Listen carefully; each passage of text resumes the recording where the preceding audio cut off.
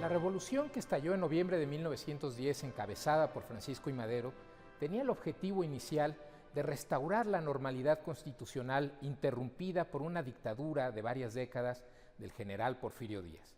La crisis del gobierno maderista, el golpe de Estado de Victoriano Huerta y la guerra revolucionaria que se desató en consecuencia, trajo a la luz una serie de reivindicaciones sociales que encontrarían su expresión mayor en las grandes reformas introducidas por la Constitución de 1917, particularmente en materia agraria, laboral, educativa y en temas de relación Iglesia-Estado.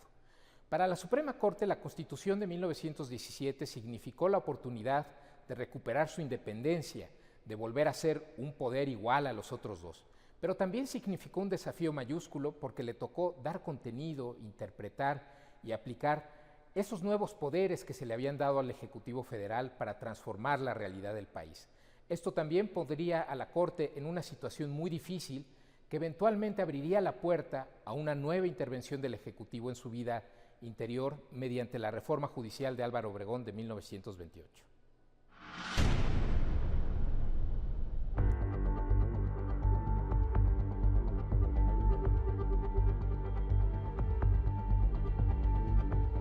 En la antesala de la elección presidencial de 1910, el régimen porfiriano se encontraba ya en una fase de franco agotamiento.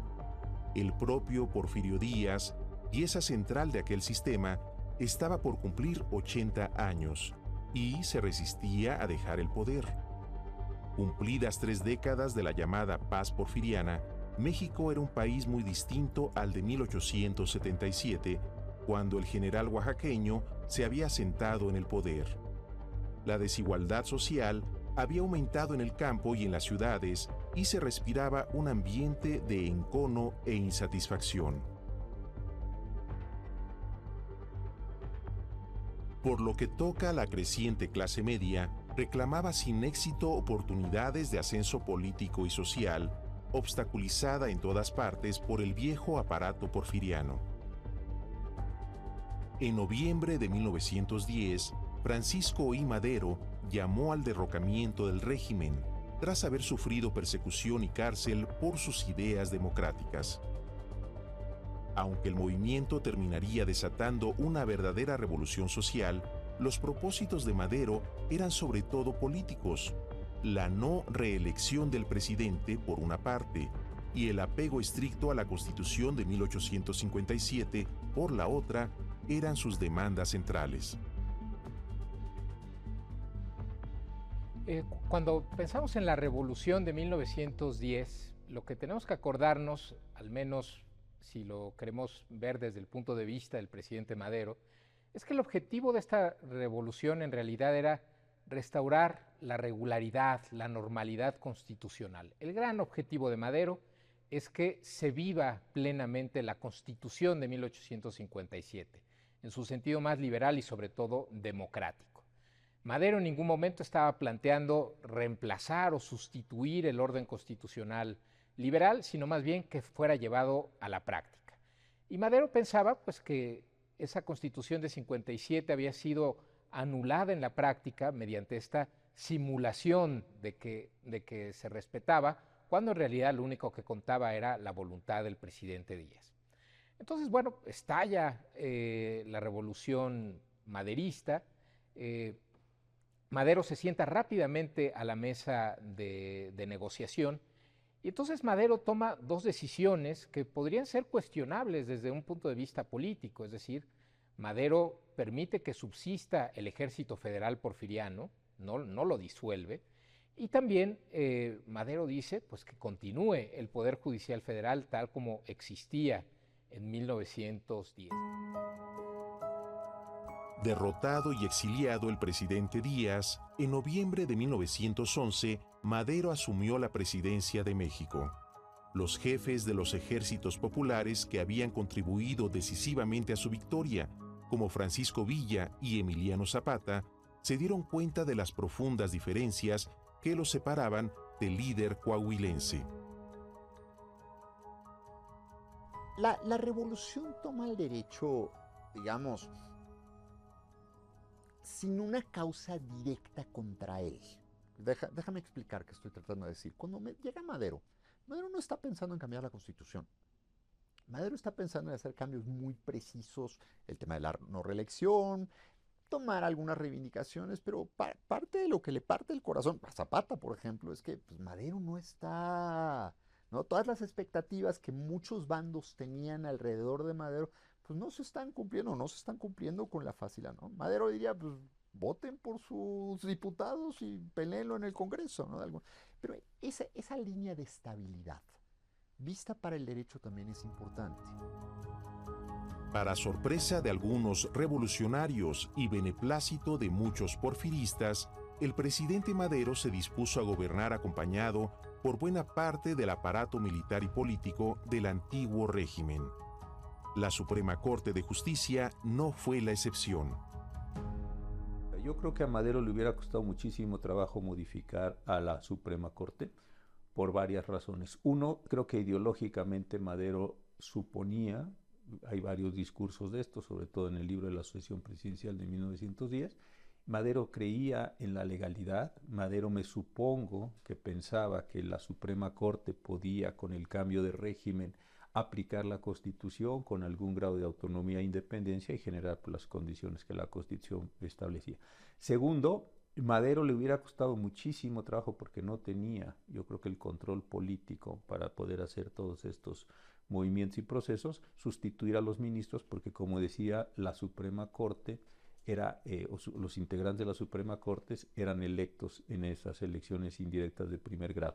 Y segundo, la forma de nombramiento de los jueces tenía una intervención o una relación entre la Suprema Corte de Justicia y el Ministerio de Justicia. Entonces creo que en ese momento las prioridades de Madero eran, uno, otras, y dos, si hubiera querido llevar a cabo la sustitución de los ministros, de los jueces y de los magistrados, creo que le hubiera costado muchísimo trabajo. Tú no puedes parar al Poder Judicial de la noche a la mañana porque es una locomotora que está funcionando continuamente, ¿no? Yo tengo una deuda, oye, ¿y qué pasó con mi deuda? Ahora ya no voy a cobrar por la revolución y se acabó esto. Yo estoy peleando una casa por una herencia o yo tengo un negocio.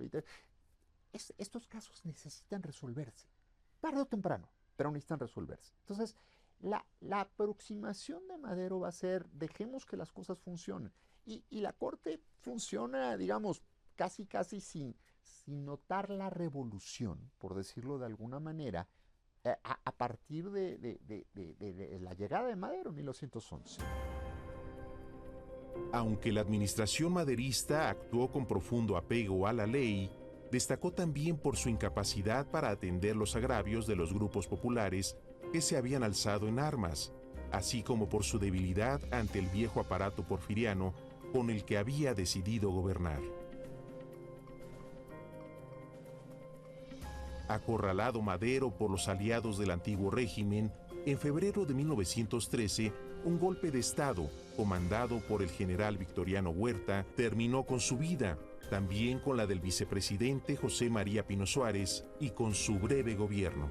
El ministro Francisco Carvajal, presidente de la Suprema Corte, felicitó personalmente al mandatario golpista y se puso a sus órdenes. En este caso, en el golpe de Estado, la Corte no se autodisuelve, no se echa para atrás, no condena el golpe de Estado. Pasarán algunas horas, ¿no? Pero eventualmente los ministros van a reconocer al presidente golpista Victoriano Huerta. Van a reconocer a un gobierno pues, que había tumbado por la fuerza y asesinado al presidente electo de la República. Y eso también es bastante problemático para la Corte, porque si su título de legitimidad en 1910, 11, 12 era pues, que se trataba de observar plenamente la Constitución, pues el hecho de que conviva y acepte y mantenga la boca cerrada frente a un gobierno abiertamente golpista, pues también termina hundiendo la legitimidad de la Suprema Corte. El asesinato del presidente legítimo, la brutalidad del golpe y la cancelación del orden constitucional provocan enorme indignación en todo el país. Tanto así que el gobernador de Coahuila, Venustiano Carranza, desconoce al gobierno usurpador y llama a la formación de un ejército encargado de restaurar la Constitución mediante el llamado Plan de Guadalupe. Carranza inicia la lucha de la siguiente forma. Primero emite un telegrama donde desconoce a Huerta, al Congreso de la Unión y a la Suprema Corte de Justicia. Primero. Segundo, pocos días después, en ese mismo día, la legislatura del estado de Coahuila lo inviste de poderes extraordinarios para iniciar la revolución. Estos son dos datos. Pero después, pocos días después, se emite el Plan de Guadalupe. En el Plan de Guadalupe lo que digamos, el llamado es la consolidación de este momento todavía muy incipiente, porque había que vencer al Ejército Federal, que estaba encabezado por Huerta desde luego, para efectos de iniciar la lucha revolucionaria. Y ahí lo que había era un programa todavía muy general de prácticamente sustitución de un poder por el otro, y había la idea de que se tendrían que hacer reformas importantes a la Constitución. En el Plan de Guadalupe se están desconociendo a todos los poderes y a todos los gobernadores y poderes estatales que reconocen al gobierno golpista de Victoriano Huerta, ¿no? En ese sentido, bueno, pues el Plan de Guadalupe es muy importante porque el Plan de Guadalupe es lo único que conecta a la soberanía del pueblo de México con un gobernador electo, que es el caso de Venustiano Carranza. Carranza solía decir, por ejemplo, el revolucionario, pues no soy yo, el revolucionario es Huerta, el golpista es Huerta, ¿no? El Plan de Guadalupe por eso es tan importante, ¿no? Carranza solía decir que el Plan de Guadalupe era el estatuto de la revolución, ¿no? Es decir, en donde está el poder legal que tiene Carranza para poder decretar leyes, para hacer decretos y después para convocar a un Congreso Constituyente. Bajo la jefatura de Carranza, el Ejército del Noroeste, comandado por Álvaro Obregón, y la División del Norte, dirigida por Pancho Villa, marchan hacia la Ciudad de México, venciendo a la resistencia de las tropas federales. Por su parte, el Ejército Libertador del Sur, encabezado por Emiliano Zapata, sostiene una guerra de guerrillas en la capital del país y los estados circunvecinos. A diferencia de la Revolución Maderista, la guerra emprendida contra Huerta resulta más extensa y sangrienta. La impartición de justicia por autoridades militares, prevista por Carranza en el Plan de Guadalupe, es azarosa y difícil. Ante la inminente derrota y la llegada del ejército constitucionalista, Huerta renuncia a su cargo y sale del país, dejando al presidente de la Suprema Corte, Francisco Carvajal, como titular del Ejecutivo de forma interina. Los tratados de Teoloyucan, firmados el 13 de agosto, terminan no solo con la presidencia de Huerta, sino también con la Suprema Corte de Justicia de la Nación. Con el reconocimiento que la Suprema Corte le da al gobierno de Huerta, la Corte y el Poder Judicial en general, pues la Corte en particular, quedan constituidas como enemigos de la revolución por ser aliados de Huerta. Este es un dato muy importante. La Corte sigue trabajando. Trabaja más o menos. Yo tuve la oportunidad, como también lo hizo Pablo Mijanos en su magnífico libro de la historia mínima de la Suprema Corte, de revisar algunas de las decisiones de esa época, y es trabajo normal, déjenme decirlo así, los amparos que tenían que llegar, los juicios que tenían que llegar. Pero sucede algo muy interesante. Cuando Obregón firma los tratados de Teoloyucan aquí en el Estado de México, cerca de la salida, por donde está la caseta de salida hacia Querétaro en la actualidad, en esos tratados de Teoloyucan entra el gobierno revolucionario a Ciudad de México y se clausura la Suprema Corte de Justicia. Y durante un periodo importante de la revolución no hay Suprema Corte de Justicia. Y no hay porque la Suprema Corte de Justicia era enemiga de la revolución. En ese sentido, por lo menos desde el punto de vista de los carrancistas, no había necesariamente un rompimiento con todo, sino poniéndole una pausa, ¿no? ¿Y cómo lo construyes jurídicamente? Jurídicamente va a plantear algunos problemas específicos, pero el primero es, acabemos de plano con las instituciones del porfiriato, y eso es la razón por la que la Corte llega a su fin. Agosto de 1914, señores, se van a la calle, ¿no? Y nombran por ahí alguna cosa medio de contingencia, pero ya todo el mundo está apuntando hacia 1917 y lo que, bueno, no lo apunta con esa claridad, no lo están viendo, pero están empezando a ver que lo que viene es una nueva constitución. Con el camino despejado, las tropas constitucionalistas ocupan la Ciudad de México el 15 de agosto y Venustiano Carranza se encarga interinamente del Poder Ejecutivo, según lo dispuesto por el Plan de Guadalupe. El general sonorense Ignacio Pesqueira, por su parte, cierra las puertas de la Suprema Corte por tiempo indefinido.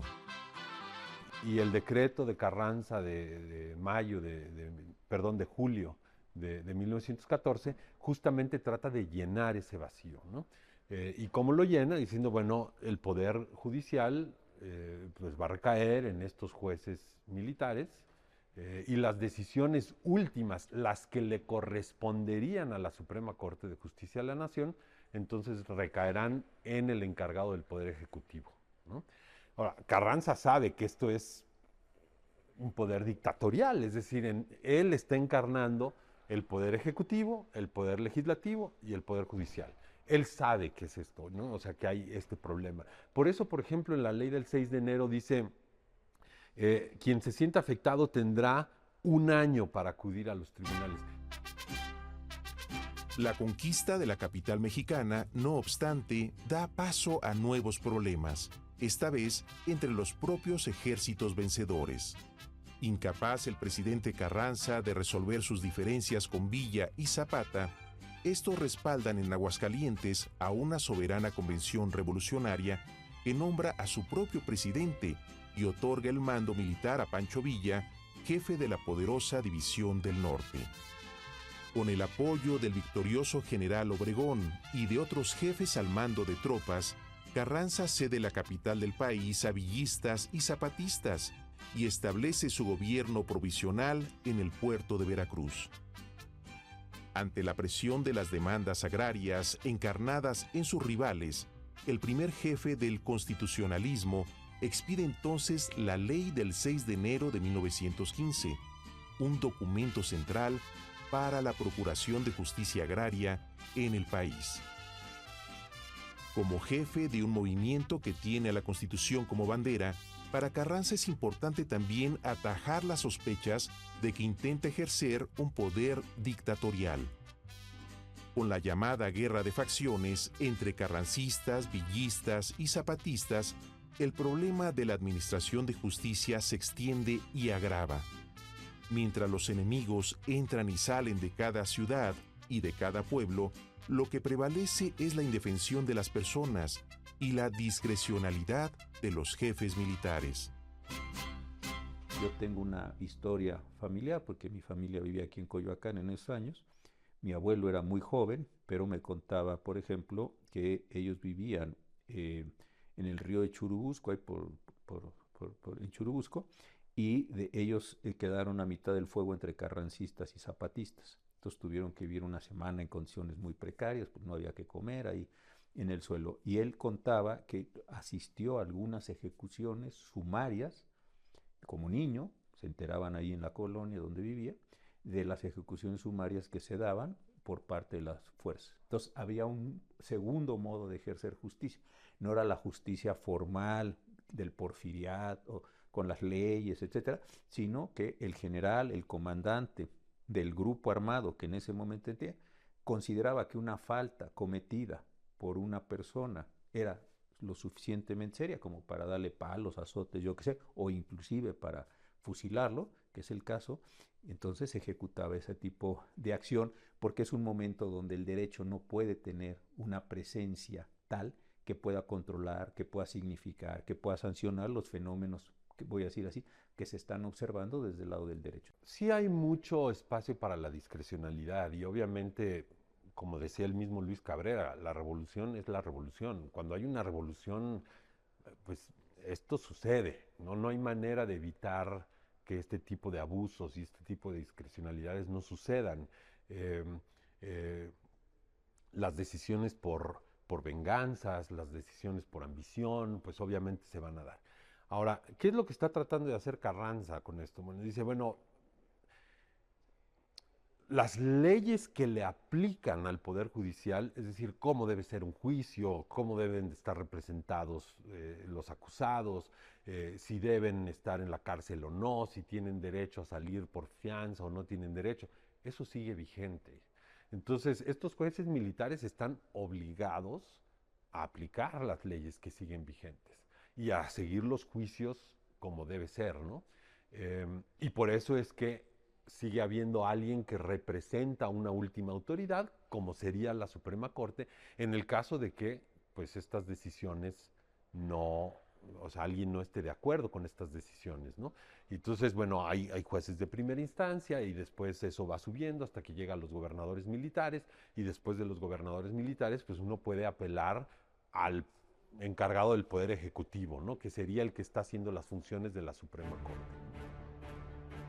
Entre abril y junio de 1915, las fuerzas del general Obregón vencen definitivamente a Pancho Villa y su división del norte, mientras que el zapatismo se repliega sus bases en Morelos y el Estado de México. Afianzado en el poder y reconocido por Estados Unidos como presidente de facto, Carranza convoca a un Congreso Constituyente extraordinario en la ciudad de Querétaro. Su propósito no es tanto diseñar una nueva constitución, sino revisar y reformar la antigua Carta Liberal de 1857. Tenemos que recordar, para entender a la Constitución de 1917, que originalmente pretendía ser una reforma a la Constitución de 57. Incluso en su preámbulo así lo dice, ¿no? Esta es una Constitución que reforma la de 57. Finalmente, la Constitución del 57, como había dicho Emilio Rabasa, era el gran símbolo del liberalismo, el gran símbolo del Estado nacional, ¿no? Aquel documento pues, que se había defendido gracias a la guerra, se había defendido y preservado gracias a la guerra civil. Pero el problema es que esa Constitución de 57 tenía varios problemas, ¿no? Que dificultaban la gobernabilidad, cosa que había dicho Comonfort, que había visto Juárez, que había visto Lerdo de Tejada, y de lo cual indudablemente era consciente el propio presidente Díaz, algo que había denunciado el gran jurista Emilio Rabasa en su libro de 1912, La Constitución y la Dictadura, y Carranza era también consciente de ello, y entonces decían, tenemos que reformar la Constitución de 57 para facilitar la gobernabilidad del país, para que el Ejecutivo pueda obrar, como decía Rabasa, dentro de un círculo amplio pero infranqueable de facultades constitucionales que permitan crear un gobierno útil, activo, enérgico. Al inaugurarse las sesiones del Congreso Constituyente de Querétaro en diciembre de 1916, Carranza expone su propuesta de reforma a la vieja Constitución Liberal de 1857. Conforme los debates se llevan a cabo, sin embargo, se da cuenta de que el peso de las demandas revolucionarias es demasiado.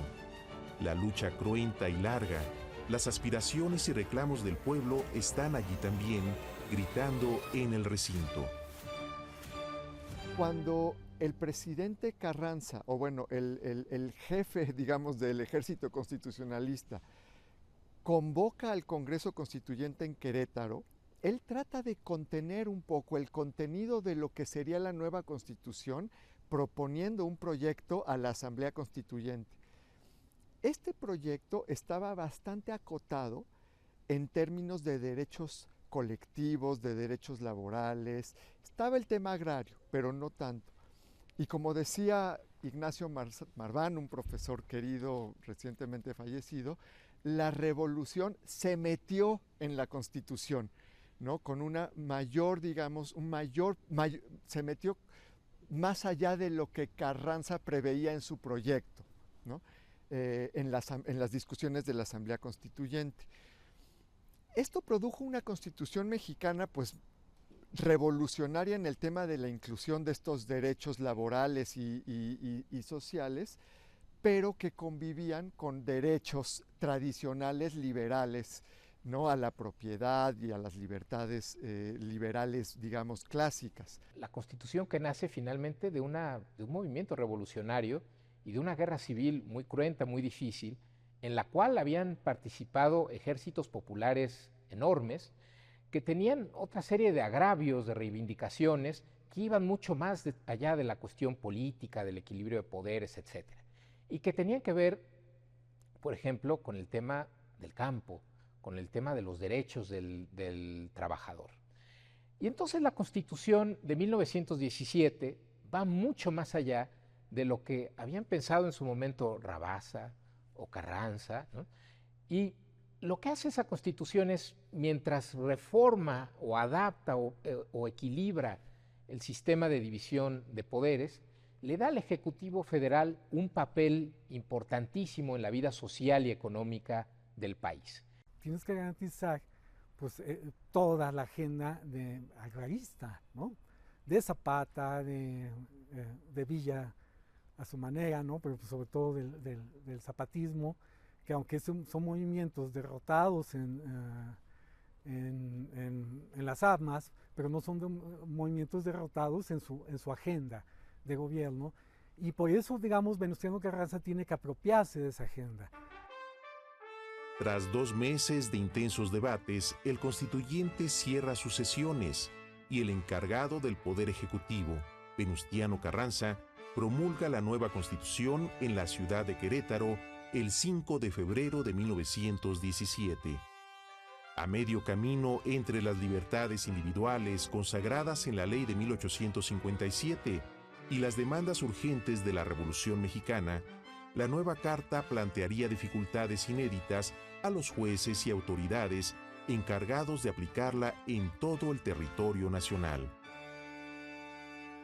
Carranza y el constituyente tienen que reconocer que los grupos revolucionarios tienen demandas y por lo tanto esas demandas hay que incluirlas en la Constitución y a eso es a lo que hoy le llamamos las garantías o los derechos sociales, los derechos que tienen los grupos organizados, no los individuos, los trabajadores organizados, los campesinos organizados, los grupos organizados. Entonces es una Constitución muy peculiar y esa es la característica central de esta Constitución, porque establece en principio este conflicto que hay entre los derechos individuales y los derechos sociales, ¿no?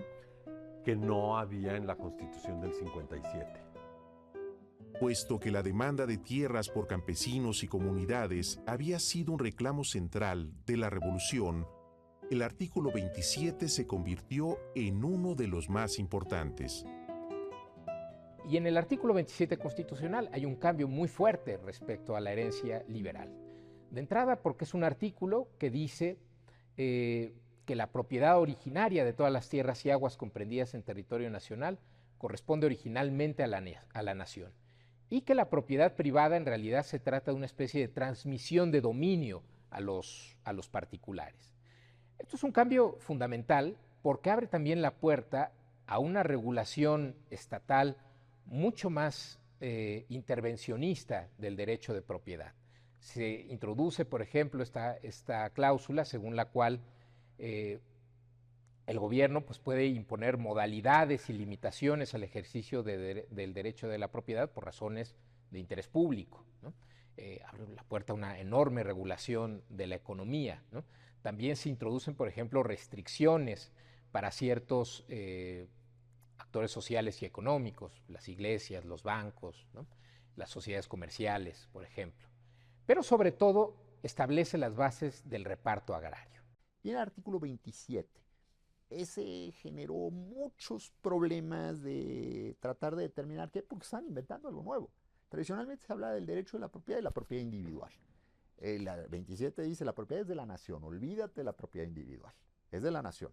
Podrá haber propiedad privada, pero el origen es de la nación. Y esto tiene un impacto muy importante en cómo interpretas la Constitución. Si la interpretas conforme a 1857, en caso de duda, el privado gana. Si la interpretas conforme a 1917, en caso de duda, el Estado gana expropiando. Apoyado en el artículo 27, el Estado admite la restitución y dotación de tierras para aquellas comunidades que venían reclamándolas de tiempo atrás o que nunca las habían tenido.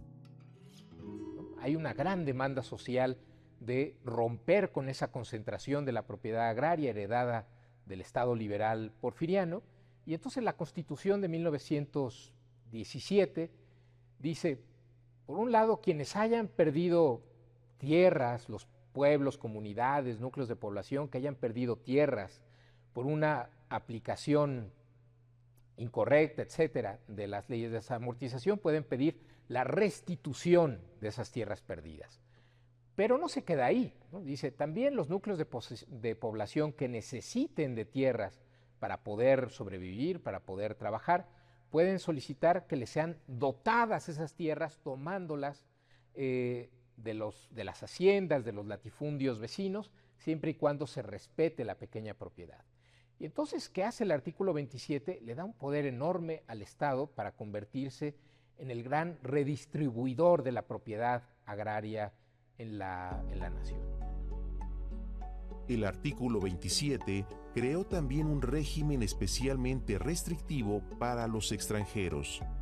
En medio de la importancia creciente del petróleo en el mercado global, la Constitución señalaba el dominio absoluto e imprescriptible de la nación sobre el petróleo y todos los carburos de hidrógeno, afirmando que el gobierno solo daría concesiones a empresas privadas bajo la condición de que establecieran trabajos regulares de explotación y cumplieran todos los requisitos dispuestos por una ley reglamentaria. Todo el subsuelo se modifica su estructura jurídica con la Constitución 17. La Constitución 17 dice, la nación es propietaria de todo el subsuelo. Oiga, pero yo tenía una concesión para explotar minas o para explotar petróleo. Sí, eso fue en la Constitución de 857. En la de 917 usted ya no tiene eso. Y usted está sometido a otra cuestión. Oiga, es que son retroactivas. No, señor, la Constitución no puede ser retroactiva. Las leyes pueden ser retroactivas, pero la Constitución no. Entonces, la primera parte, y esto es muy poco reconocido a los ministros en ese momento, tuvieron una construcción muy inteligente, desde mi punto de vista, para tratar de diferenciar y para tratar de establecer. Eso, por ejemplo, tuvo enormes consecuencias, pues nomás veamos el caso todo que tuvo que ver con el petróleo, para poner el más significativo de todos, o que tenía que ver también con los repartos agrarios. Alguien podría decir, bueno, es que yo tengo todas estas tierras inmensas, estos latifundios inmensos, porque utilicé las leyes, todas las leyes para llevar a cabo los apeos y deslindes, y el uso de las compañías desamortizadoras. Entonces, sí, muy bien. Eso tenía vigencia con la Constitución 57. Con la Constitución 17 nada de eso subsiste, porque la Constitución está diciendo que los latifundios se van a repartir de tales y cuales formas, o se van a restituir tierras, bosques y aguas a los núcleos de población que los perdieron. Eso fue brutal. Y esa parte de tratar de reordenar el orden jurídico, yo creo que es algo que se vio poco en esos. Había lo que en derecho le llamamos como conflictos entre normas, y se tuvo que hacer toda esa reorganización, toda esa reelaboración de esos casos. Junto al artículo 27, que defendía a los trabajadores del campo, el artículo 123 hacía lo mismo con la emergente clase obrera, asentada sobre todo en las ciudades. La Constitución de 1917 reconoce los derechos colectivos a organizarse por parte de los trabajadores, formar sindicatos y el derecho a la huelga. Y cuando los trabajadores empiezan a hacerlo, los empresarios, los afectados, pues también recurren a los recursos legales a su alcance para limitar los daños a sus empresas, ¿no? A su producción. Y la Corte tiene de nuevo que, pues, balancear estos dos objetivos plasmados en la Constitución.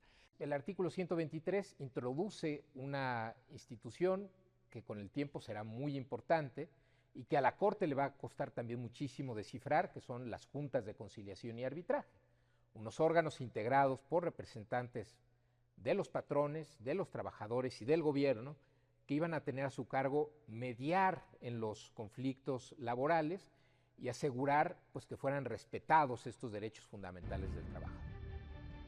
Mientras que los artículos 27 y 123 facultaban al Estado para corregir las grandes desigualdades sociales, el artículo 3 le permitía llevar a cabo una política agresiva de cambio cultural dirigida principalmente contra la Iglesia Católica. Los debates clásicos de la Constitución, el artículo 3, ¿no? El control del Estado sobre la educación laica. Aquí claramente estamos retomando las leyes de reforma, estamos retomando, digamos, la tibieza de Porfirio Díaz hacia la Iglesia, a la luz de los liberales en ese sentido. Los liberales diciendo, a ver, la guerra de reforma fue para secularizar al Estado. No podemos dejar que la Iglesia siga encargada de la educación en esos términos, necesitamos separarla, ¿no? Ese radicalismo de la revolución, que lo veremos después ya con Tomás Garrido en el extremo más fuerte, pero esta idea del artículo 3 de la Constitución es fundamental. Y el concepto de educación gratuita. El Estado impartirá educación primaria gratuita, ahí tienes un cambio fundamental y tienes uno de los pilares de los llamados derechos sociales de la Revolución de 17. Por lo que se refiere al afán del Estado para imponer el control de las iglesias, el artículo 3 no estaba solo. Lo acompañaba el artículo 130, que restringía sustancialmente los derechos civiles de los ministros de culto. Y entonces, ¿qué hace la Constitución de 17? Primero, elimina la personalidad jurídica de las iglesias y además, pues establece una serie de restricciones muy fuertes para que los ministros de culto o las asociaciones religiosas pudieran intervenir y manifestarse en la vida pública. Incluso la Constitución de 17 llega al extremo de autorizar a las legislaturas estatales para que decidieran discrecionalmente el número máximo de ministros de culto dentro de su jurisdicción. Entonces, si sumamos todo esto, lo que vemos es a un Estado que sí hereda la vieja tradición liberal, la división de poderes, los derechos fundamentales, el juicio de amparo, etcétera, pero donde al mismo tiempo se le atribuye al Ejecutivo Federal un poder de intervención muy fuerte en la vida social y económica del país. Aunque la nueva Constitución fortaleció al Poder Ejecutivo, hizo lo mismo con el Poder Judicial y especialmente con la Suprema Corte. Al menos en teoría, el estatus inamovible de los ministros fortalecería la independencia del máximo tribunal, si bien su carácter vitalicio estaba programado para la judicatura electa en 1923.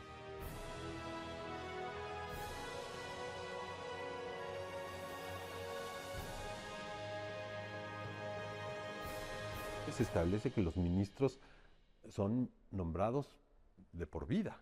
Es decir, no hay manera de quitarlos excepto por un juicio en el Congreso para demostrar que verdaderamente hay mal comportamiento, ¿no? Intereses espurios o lo que sea de algún ministro de la Corte. Si no, es completamente independiente. Una vez que se nombra el ministro, lo nombra el Congreso a propuesta de las legislaturas estatales.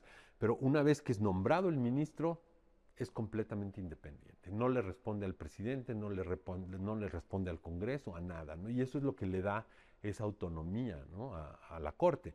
Ahora, esto se ve también si uno analiza, por ejemplo, la manera en la que Carranza le propone su proyecto de constitución al Congreso Constituyente, ¿no? Si uno ve eso, lo primero que establece Carranza es los derechos individuales son sagrados. Y lo siguiente es necesitamos un poder judicial independiente. ¿No? Eso es lo que pervirtió en la aplicación de la Constitución del 57. ¿No? Y entonces le dedica una muy buena primera parte de su discurso a explicar por qué uno debe de tener un ministerio público autónomo, por qué uno debe de tener jueces independientes, por qué la Corte debe revisar los actos de los otros dos poderes, ¿no? Y eso se ve desde ahí. Y eso se refleja en cómo está hecha la Constitución del 17, ¿no? Los constituyentes de 17 reconocen que el sistema de elección popular indirecta que se había establecido en 57 no había garantizado la independencia de la Suprema Corte. Y entonces piensan que es mejor volver a un sistema parecido al de la primera mitad del siglo XIX, en el cual quienes tenían el poder de nombrar a los ministros de la Corte eran en realidad las legislaturas de los estados y el Congreso Federal. En este caso, en 1917, en su versión original, quien propone a los ministros son las legislaturas de los estados y al final quien hace la votación y elige a los ministros es el Congreso de la Unión, ¿no? Entonces, claramente ahí hay un cambio importante y lo que se quiere es tratar de eliminar la interferencia del Ejecutivo en el trabajo de la Suprema Corte. Por si esto fuera poco, la desaparición de la vieja Secretaría de Justicia quitó al presidente de la República cualquier posibilidad de intervenir en la conformación de la Corte. Pensada, discutida y finalmente aprobada la nueva Constitución, en junio de 1917, la Suprema Corte se dispuso a conciliar con esa carta la compleja realidad nacional. La justicia reclamada y anhelada por muchos en todos los rincones del país tenía ante sí la más dura de las pruebas. La Constitución de 1917 entró en vigor el 1 de mayo de aquel mismo año. ¿Cuál es el perfil de esa Corte? Bueno, es una Corte en la que participan algunos exconstituyentes, ¿no? Pero en la cual sobre todo hay abogados, muchos de ellos provenientes de los estados. Acordémonos que las legislaturas de los estados proponían a los ministros de la Corte, que se habían formado en los años dorados del Porfiriato, pero que habían simpatizado con el movimiento maderista o con el movimiento constitucionalista. A esta primera Corte le tocaría interpretar qué significaban en la práctica las disposiciones inéditas de la nueva Constitución y resolver, hasta donde fuera posible, la tensión entre el intervencionismo del Estado revolucionario y la vocación liberal del amparo. La Corte tenía ahí entonces un conflicto, un círculo que cuadrar, ¿no? Desde el inicio, porque los gobiernos emanados de la revolución querían llevar a cabo, por ejemplo, la repartición agraria y la dotación de tierras, pero los afectados por las expropiaciones pues recorrían a sus derechos de propiedad. Estos conflictos llegaban a la Corte a través del amparo y la Corte tenía que pues cuadrar ese círculo. Entonces, por un lado tenemos una Constitución pues que tiene unas novedades tremendas, particularmente en materia laboral y agraria, y al mismo tiempo una Corte que tiene que interpretar eso pues con los ojos de un jurista formado en los años finales del Porfiriato, aun y cuando hubieran pasado, ¿no?, por el movimiento revolucionario. Y entonces esa tensión, esa dificultad de interpretar la nueva Constitución con instrumentos y vocablos viejos van a ser los que definan a esta primera Corte. Aunque Carranza había conservado la presidencia y sus enemigos villistas y zapatistas estaban bajo control, entre 1917 y 1919 el gobierno sufrió a causa de la enorme devastación causada por una década de lucha revolucionaria. Años que habían dejado sobre la mesa de la nueva Corte una gran cantidad de asuntos pendientes. Ya con la vigencia de la nueva Constitución, la gran pregunta, y la Corte se lo pide al Congreso también, es ¿qué hacemos con los amparos pendientes? ¿No? Tú solicitaste un amparo en 1914, se disolvió la Corte, ¿y qué pasa con tu amparo? Ni modo que desaparezca, se muere, nunca lo pediste, ¿o qué vamos a hacer con eso? ¿No? Y todavía en los años 20 están discutiendo ese problema de la transición en ese sentido, pero lo tienen que atrapar, ¿no? No hay de otra, hay que atraparlo y hay que jugar con ese valor. Y las grandes discusiones en esos 5 o 6 primeros años van a tener que ver mucho con qué hacemos con la transición, qué venía pendiente del Porfiriato, cómo se procesan, cómo le entramos a estos asuntos y cómo entramos también a pensar qué hacer con la Constitución y cómo legitimarla como un texto. La Corte en 1917 va a decidir que pues, la Constitución nueva es una nueva Constitución y por lo tanto pues hay un nuevo orden legal que sale de la Revolución, ¿no? Entonces ahí hay un debate legal muy interesante, ¿no? de fondo, en el que habría que ver si Carranza tenía o no las facultades para llamar un Congreso Constituyente, si las tenía, pues bajo qué condiciones lo pudo haber hecho, y por lo tanto si la Constitución del 17 es legal o no. Y la Corte, bueno, va a definir que no es una reforma de la Constitución de 57, a pesar del decreto en el que se da a conocer la nueva Constitución, que es una Constitución nueva y que por lo tanto pues todos estos juicios pendientes pues se tienen que definir de acuerdo al nuevo orden legal, ¿no?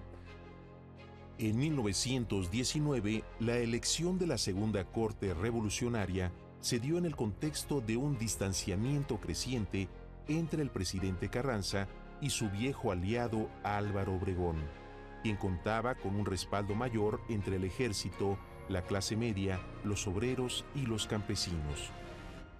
Junto a sus coterráneos, Plutarco Elías Calles y Adolfo de la Huerta, Obregón se levantó en armas y fue apoyado por la mayoría de los generales.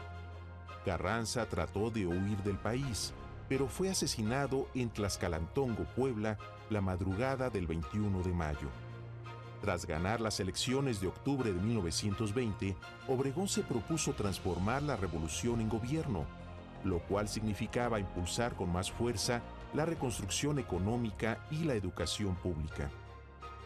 Su plan contemplaba también estabilizar el nuevo régimen mediante alianzas con organizaciones sindicales y campesinas, sin menoscabo de una buena relación con las empresas nacionales y extranjeras, sobre todo las petroleras. Por lo que respecta a la Suprema Corte, el perfil de los ministros nombrados en 1919 no era muy distinto al de la judicatura anterior. Un elemento que a mí me parece muy interesante rescatar es la composición de estas cortes. Estas dos primeras cortes tenían una combinación de ministros que no eran enteramente externos, por así decir, al Poder Judicial. Había abogados que eran obviamente afines al proyecto revolucionario, pero había también algunos abogados que quedaron en la corte que eran abogados, digamos, buenos abogados del periodo porfirista, ¿no? O sea, prerrevolucionario. Y esto le dio a la corte como a esas dos primeras cortes un matiz especial. A diferencia de su antecesora, la Segunda Corte contaría finalmente con una nueva ley reglamentaria del juicio de amparo, así como un nuevo y magnífico edificio. Como si se tratara de exhibir el triunfo de la revolución sobre el antiguo régimen, el gobierno adquirió la antigua mansión de José Yves Limantour, el notable secretario de Hacienda de Porfirio Díaz, para convertirla en la nueva sede del máximo tribunal, justo enfrente del hemiciclo a Juárez, en el centro de la capital mexicana. Las decisiones más importantes de la Segunda Corte estuvieron relacionadas con la industria petrolera en torno a la interpretación de algunos párrafos del polémico artículo 27. Durante los años finales del Porfiriato, entonces se establecen algunas primeras grandes inversiones, explotaciones, yacimientos, y entonces la Constitución de 17 abre la puerta al conflicto, porque la Constitución de 17 señala dos cosas fundamentalmente. La primera es el dominio directo de la nación sobre los hidrocarburos del subsuelo mexicano. ¿Qué significaba eso del dominio directo, inalienable de la nación sobre este tipo de recursos? Significaba, por ejemplo, que el Estado podía expropiar en cualquier momento las explotaciones petroleras existentes. Y entonces, cuando las compañías ven el nuevo artículo 27, lo que piensan es que sus inversiones están en riesgo, sus explotaciones están en riesgo. Porque, oye, ¿qué puede pasar con el paso a un régimen de concesiones o a una nueva ley reglamentaria? ¿Se les van a poner nuevos impuestos? ¿Va a cambiar el régimen laboral? ¿Qué va a pasar ahí? ¿No? Y entonces, desde el principio hay una gran presión de las compañías a sus respectivas cancillerías, particularmente de la Gran Bretaña y Estados Unidos, para obligar al gobierno mexicano, primero a Carranza, después a Obregón, después a Calles, ¿no?, a garantizar expresamente que las inversiones existentes serían respetadas en sus términos originales. Puesto que el general Obregón había destituido por las armas al presidente constitucional Venustiano Carranza, este hecho ofreció a la Gran Bretaña y a Estados Unidos una excelente oportunidad para obtener las garantías que estaban buscando. Como fue producto de este levantamiento, el gobierno de Estados Unidos no reconocía a su gobierno. Las compañías petroleras que veían desde la promulgación de la Constitución del 17 un peligro digamos, a su manejo y administración de los recursos de los hidrocarburos por el tema del artículo 27, ven la oportunidad en la debilidad del presidente Obregón para tratar de extraer un cierto compromiso, digamos, que se tenía que cimentar jurídicamente, de que los derechos adquiridos previos a la promulgación de la Constitución del 17 iban a ser respetados. Apoyando al Poder Ejecutivo, la Corte juzgó que la Constitución no ordenaba la aplicación retroactiva del artículo 27, señalando en cambio algunas garantías protectoras de los derechos adquiridos por las empresas petroleras. Y dice la Corte, incluso ni siquiera es necesario que haya una concesión, ¿no? Dice, basta que la compañía demuestre que ha hecho actos positivos, así lo dice, actos positivos para explotar el petróleo. Entonces, la Corte, en principio, pues trata un poco de ignorar las consecuencias del nuevo lenguaje, de las nuevas reglas del artículo 27 constitucional, lo cual también expone a la Corte a críticas de la clase política, pues que piensan que la Corte está actuando de una manera casi corrupta, que está ignorando la letra de la Constitución para favorecer intereses políticos y económicos, pues que van en contra pues, de lo que había sido una de las grandes demandas del constituyente. Alineada a las necesidades del Poder Ejecutivo, la jurisprudencia petrolera de la Corte permitió al gobierno de Obregón el reconocimiento de Estados Unidos en agosto de 1923 mediante los Tratados de Bucareli. A Obregón llega mediante un levantamiento militar, pero Obregón necesitaba el reconocimiento pleno pues, de la principal potencia del continente, que era Estados Unidos. Y entonces Estados Unidos, pues de alguna manera estaba dispuesto a reconocer al gobierno obregonista siempre y cuando se dieran garantías a las compañías petroleras. Y ahí es donde es muy importante la jurisprudencia de la Corte, porque en el momento en que la Suprema Corte básicamente refrenda la continuidad, la permanencia de las inversiones petroleras existentes, permite a Obregón mostrar pues, de que la principal demanda de los Estados Unidos está satisfecha. Y es lo que lleva eventualmente, o que abre el camino a la celebración de estos tratados de Bucareli, con los cuales pues, se va a formalizar plenamente el reconocimiento de los Estados Unidos al gobierno obregonista. Con la firma de los Tratados de Bucareli y el respaldo de la Corte al presidente Obregón, el pulso político entre la independencia del Poder Judicial y el imperio del Ejecutivo se hacía presente. La recién estrenada Constitución de 1917 representaba el terreno de aquel combate.